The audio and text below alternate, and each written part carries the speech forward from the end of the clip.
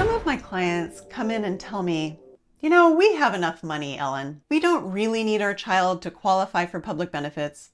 We can just pay for everything out of pocket. And I get it. Qualifying for public benefits is a hassle. The paperwork is relentless.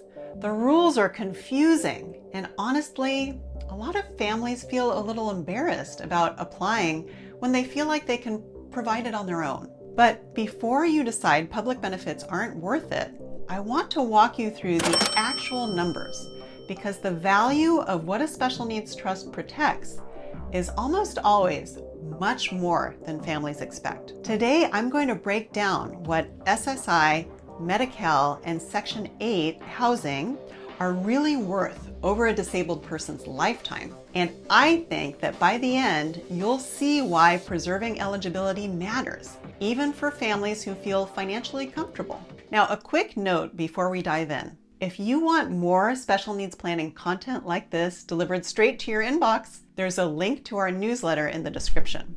It's where we share the kind of practical, numbers-based guidance families tell us they can't find anywhere else. So, are public benefits really worth the hassle? I have some clients who have a lot of money and they figure they can pay out of pocket for the children's needs. Or maybe they feel embarrassed having their child receive public benefits when they can provide for them. Also, it's a hassle to qualify for public benefits, let's face it, and you have to make sure you regularly fill out all the paperwork and follow all the rules. The government does not make it easy for folks to use public benefits. It's a travesty, in my opinion. You might also feel like the benefits aren't very good, specifically if your child is receiving Medi-Cal. Well, I have a personal story about this. In 2015, when I left my last law firm and started my own practice, my husband also lost his teaching job. So we had no health insurance and we applied for Covered California. But since we didn't have any income that month, they said we were qualified for Medi-Cal. I called back the next month and I told them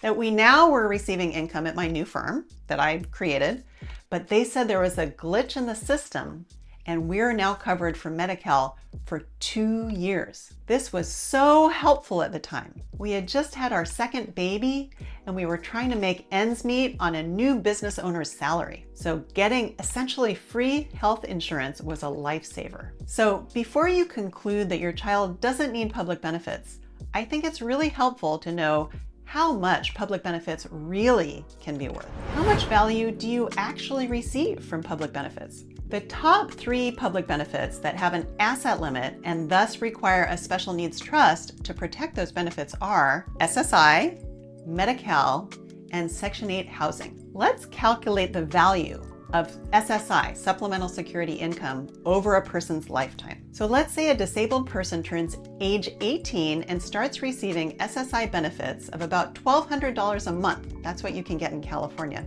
And they live until age 70. Now, keep in mind that the maximum SSI benefit amount is adjusted each year for the cost of living. Usually it's increased 2 to 3% a year. So if they start receiving $1,200 a month, adjusted, let's say 2.5% per year, and they receive the benefits steadily for 52 years between ages 18 and 70, the total lifetime benefit is about $1.6 million. That's money that doesn't need to be spent from a special needs trust holding the person's inheritance. So their SNT money can be used for other things and last a much longer period of time. Did you know my mom has a monthly newsletter where she shares helpful information? Click below to join. Okay, so now let's do calculations for Medi-Cal. USA Facts estimates that in 2023, the average person enrolled in Medi-Cal receives about $8,000 a year in health insurance benefits, but the average disabled person receives about $34,000 a year in health insurance benefits. That's a huge difference. Now let's say that person receives Medi-Cal benefits from age of 26 when they age out of their parents' insurance to age 70, let's say when they pass away. If their health insurance coverage costs the government $34,000 a year, and that increases by 3% a year, over 44 years, their Medi-Cal costs will be just over $1 million.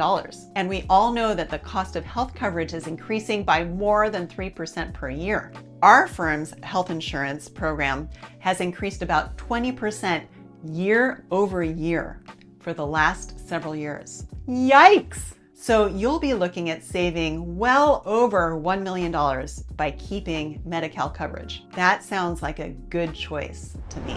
Okay, so now let's look at Section 8 housing benefits. Say a disabled person is living where our office is located in Palo Alto, California, in a one-bedroom apartment where rent is about $3,000 a month. Yes, I know this is high. Well, they can't afford this on their own. They rely on a Section 8 housing voucher. Now, say the voucher pays $2,500 a month and they contribute $500 a month. This is a pretty standard scenario. Over the course of 52 years, from ages 18 to 70, they'll be saving over $1.5 million in rent. And that's without a rental increase. And also that allows them to live where they want to live, perhaps where they already have relationships and a routine established. That's priceless to me. So let's add all this up.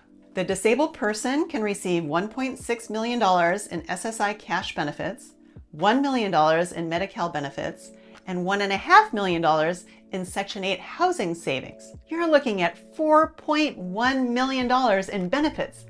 That's a huge amount of money. All these benefits provided by the government is money that doesn't have to come out of the Special Needs Trust, which means that the trust can stretch further and do more for your loved one over their lifetime. This is exactly why a properly drafted Special Needs Trust matters so much.